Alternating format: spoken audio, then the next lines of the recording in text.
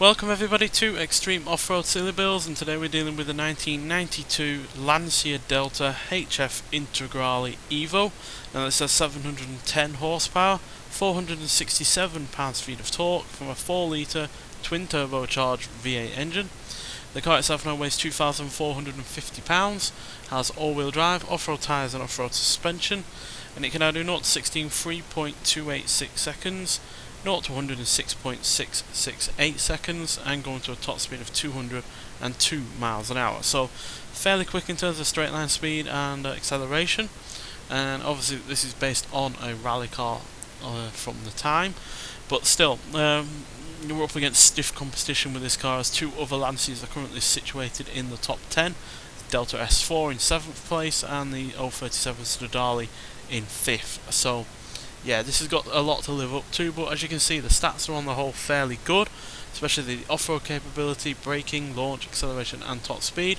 Again, like with the Rivian, it's only the handling that is a little bit on the downside, but this does at least weigh very little.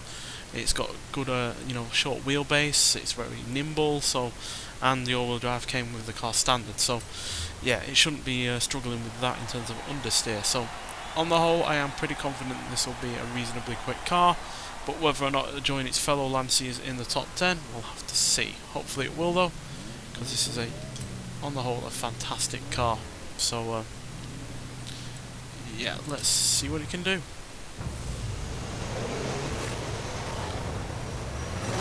Hopefully it's not going to be too loud with the turbo anti-lag on it.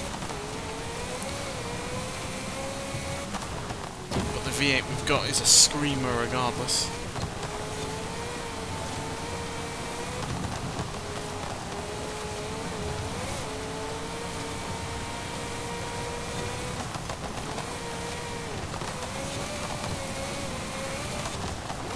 Sounds more like a racing car with that engine more than a rally car, but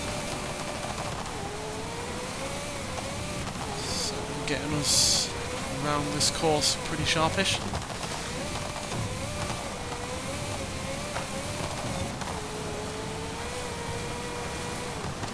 Rate of speed there, 152 thereabouts.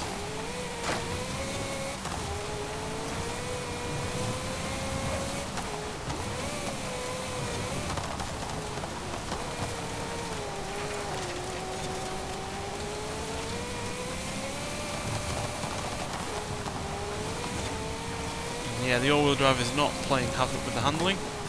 Like I said, it came with its standard, and that really does make a massive difference a lot of the time with most cars on this series. But the all-wheel drive is native or not can prove extremely useful.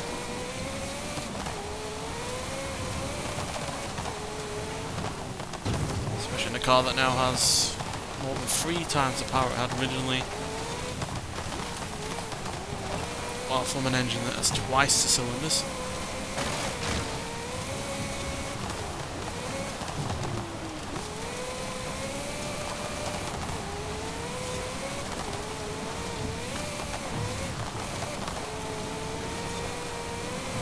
I believe it was an inline 4 in this car originally, but regardless, it is a much bigger engine.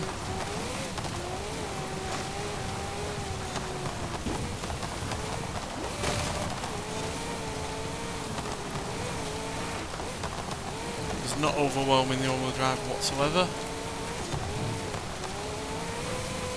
And there's very minimal understeer as a result as well. That was me there overcooking it slightly, so let's use one of our free rewinds. Yeah, much cleaner through there.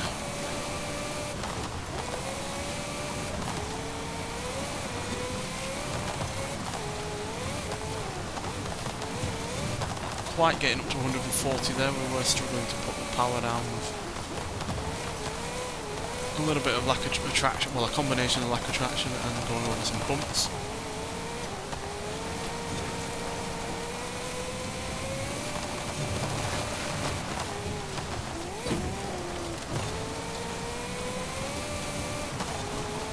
This has no problem in terms of agility and straight line speed whatsoever.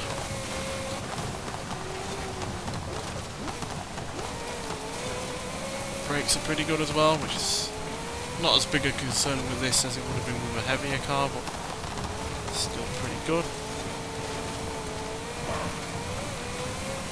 But yeah, we aren't going to be in the top 10 unfortunately. For whatever reason, this is nowhere near as quick as the Delta S4 or an 037 Stradale at 3 minutes 22.489, which is actually slower than the Rivian in the previous episode. I guess this on the whole, despite not weighing very much, just doesn't have quite enough power to get up to the kind of speeds that you need to be getting up to in such a short space of time, because at the end of the day there are plenty of straights on this course, or what can be considered a straight line, but they are very short, so you need a lot of power to make the most of those straight areas. So yeah, that's ultimately what I feel like limited this car. But still, by no means the slowest car that we've had. It gets into 62nd place, beating a Ferrari SF90 Stradale, as well as an MG MG6 X-Power, a Volkswagen pickup LX, both of the GMCs, the Cyclone and Typhoon, as well as a Jimco Hammerhead Class 1, Mitsubishi Galant VR4, which I guess you could say is the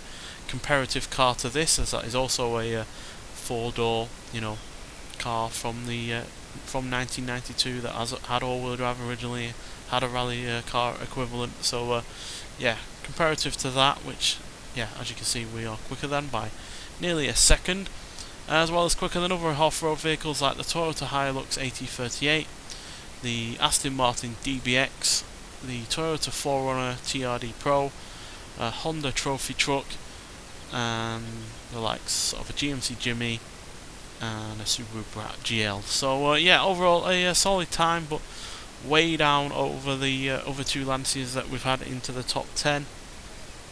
We're about 10 seconds slower than both of those. So yeah, which is obviously quite a wide margin, but I believe that they were quicker because either they had more power or they were just a little bit more controllable, or a combination of both. So yeah, but still far from a bad time, and the car itself was enjoyable to drive, and yeah, did feel quick, just ultimately wasn't quick, as we can see by the time. Nonetheless, so thank you for watching, and I'll see you with the next one. Bye.